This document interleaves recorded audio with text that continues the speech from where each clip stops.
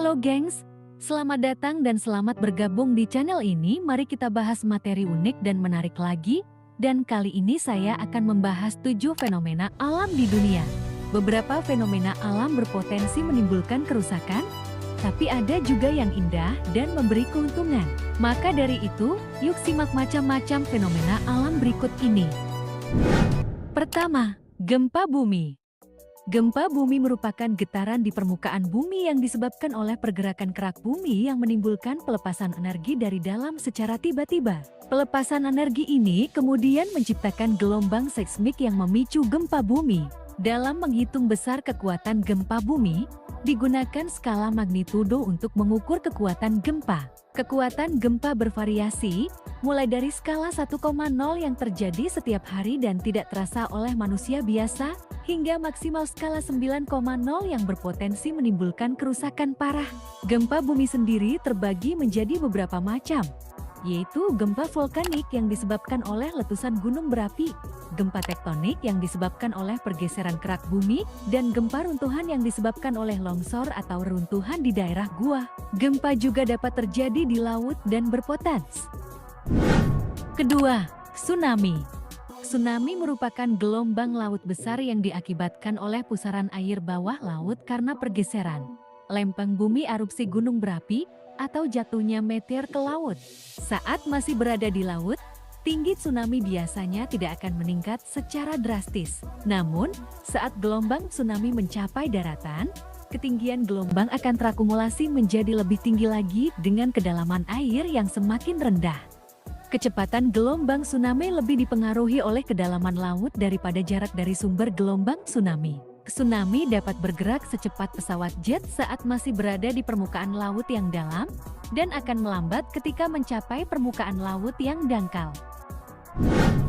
Ketiga, tornado. Tornado dideskripsikan sebagai pusaran angin raksasa berbentuk spiral yang disertai dengan turunnya awan berbentuk korong. Tornado umumnya terjadi karena bentrokan antara udara hangat yang lembab dan udara dingin yang kering. Udara hangat akan mendorong udara dingin yang lebih padat, dan udara hangat akan naik melalui udara dingin. Akibatnya, aliran udara akan naik ke atas dan akan berputar jika kecepatan atau arah angin berubah tajam. Di Indonesia sendiri lebih sering terjadi puting beliung, yaitu pusaran angin yang berskala lebih kecil dari tornado. Jenis tornado lainnya yang terjadi di permukaan air adalah waterspout. Kecepatan tornado dapat mencapai 320 km/jam dan berdiameter hingga 500 meter. Keempat, siklon tropis. Indonesia yang beriklim tropis tentunya rentan mengalami fenomena alam yang sering terjadi di iklim tropis. Salah satu fenomena tersebut adalah siklon tropis, yaitu badai berkekuatan besar yang terbentuk di daerah tropis atau subtropis. Rata-rata radius siklon tropis dapat mencapai 150 hingga 200 km dengan kecepatan angin hingga 34 knot. Badai siklon tropis memiliki dua bagian, yaitu mata siklon dan dinding siklon. Badai siklon seringkali dapat terlihat dari luar angkasa. Mata siklon sebagai pusat cenderung memiliki kecepatan angin yang rendah dan tidak memiliki awan. Kelima, El Nino dan La Nina. El Nino merupakan salah satu fenomena alam berupa pola iklim di Samudra Pasifik yang dapat mempengaruhi cuaca di seluruh dunia. El Nino selalu dipasangkan dengan La Nina yang merupakan kebalikan dari El Nino.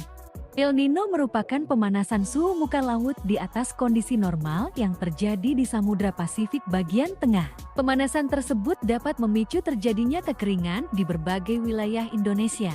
Sedangkan, La Nina merupakan fenomena alam di mana suhu muka laut mengalami penurunan hingga di bawah kondisi normalnya. Penurunan suhu muka laut menyebabkan berkurangnya potensi pertumbuhan awan di Samudra Pasifik dan meningkatkan curah hujan di Indonesia. Keenam, pelangi. Fenomena alam pelangi merupakan salah satu fenomena yang umum dijumpai di langit Indonesia.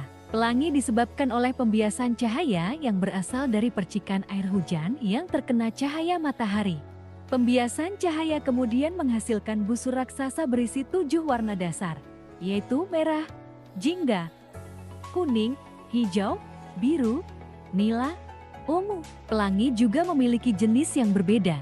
seperti pelangi ganda yang biasa terjadi setelah hujan lebat, hingga pelangi satu warna yang biasa terjadi menjelang senja. Ketujuh, aurora. Fenomena alam yang terakhir adalah aurora. Fenomena alam ini di daerah kutub utara atau kutub selatan. Hal ini disebabkan oleh proses munculnya aurora yang melibatkan medan magnetik bumi. Aurora hanya bisa dilihat di daerah dengan medan magnetik yang tinggi. Di kutub utara, aurora dinamakan aurora borealis, sementara di kutub selatan dinamakan aurora australis. Aurora disebabkan oleh benturan partikel gas di atmosfer bumi dengan partikel muatan yang dilepaskan oleh atmosfer matahari. Ketika aktivitas matahari meningkat, partikel muatan dari matahari akan memasuki magnetosfer dan mempengaruhi arus di dalamnya. Untuk bisa melihat aurora, kamu bisa pergi ke kutub utara atau selatan di tempat yang jauh dari perkotaan dan bebas polusi. Dengan demikian, kamu dapat melihat aurora dengan lebih jelas. Itu dia berbagai fenomena alam yang terjadi di berbagai belahan dunia beserta penjelasannya. Fenomena alam yang berbahaya memang tidak bisa kita cegah sepenuhnya, tetapi kita bisa menjaga diri kita agar selamat dari bahaya yang ditimbulkan. Terima kasih telah hadir menonton video ini. Jangan lupa minum air putih agar sehat selalu.